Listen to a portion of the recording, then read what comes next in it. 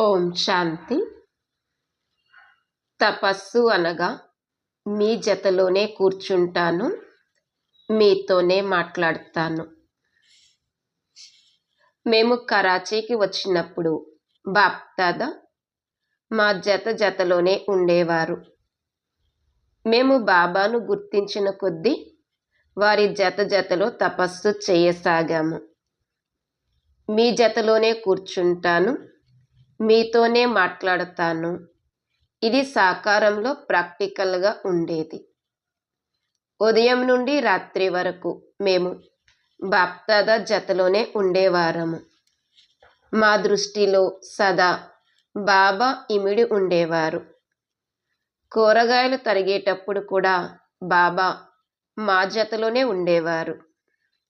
కరాచీలో ఉదయము పరుగెత్తేవారము. అక్కడ కూడా బాప్దాదా మా జతలోనే ఉండేవారు. మా దినచర్య పూర్తిగా బాప్దాదా జతలోనే ఉండేది. కనుక మేము వారిని ఎలా మరువగలము?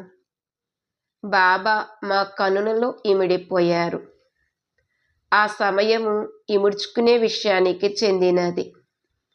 బ్రహ్మా బాబా తమ తనువు, మనస్సు, ధనములను కూడా శివబాబా సేవలో, పిల్లల సేవలో ఉపయోగించారు.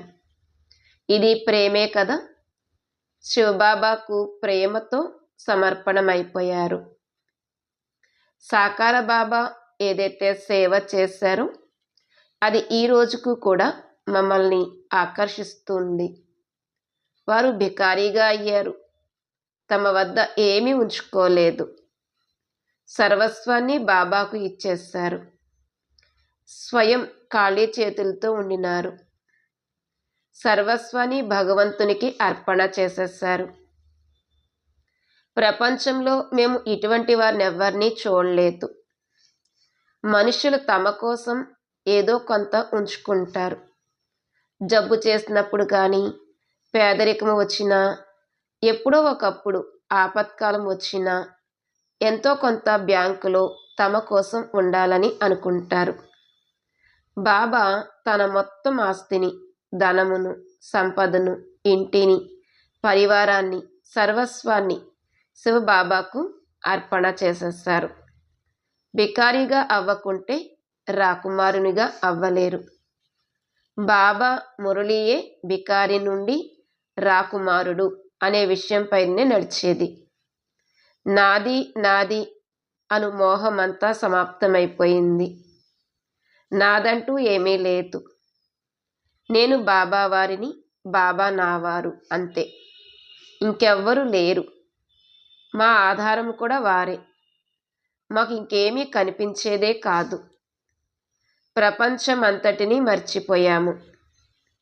మాకు ఒకసారి 15 రోజులు, ఒకసారి 1 మాసానికి, ఒకసారి 2 మాసాలకు, ఒకసారి 3 మాసాలకు తపస్సు చేసేందుకు ప్రోగ్రాము వచ్చేది.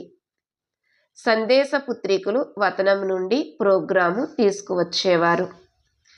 ఒకసారి బాబా అందరూ కలిసి తపస్సు చేయమని చెప్పారు. వ్యక్తిగత తపస్సు అయితే గదిలోనే కూర్చుని చేసేవారము. ఇది కాక అందరినీ కలిపి ఒకసారి తపస్సు చేయించారు.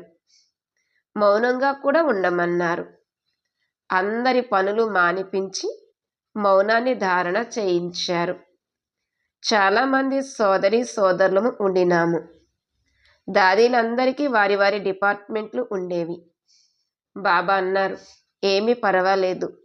బాబా కూర్చుని ఉన్నారు. మీరు మౌనంగా ఉండి తపస్సు చేయండి. కార్య వ్యవహారాలు చిన్న చిన్న పిల్లలకు అప్పగించారు. పిల్లలు కూడా చాలా బాగా నేర్చుకుని కార్య వ్యవహారాలన్నీ నడిపించారు. ఇది కూడా ఆశ్చర్యకరమైన విషయమే కదా. ఓం శాంతి.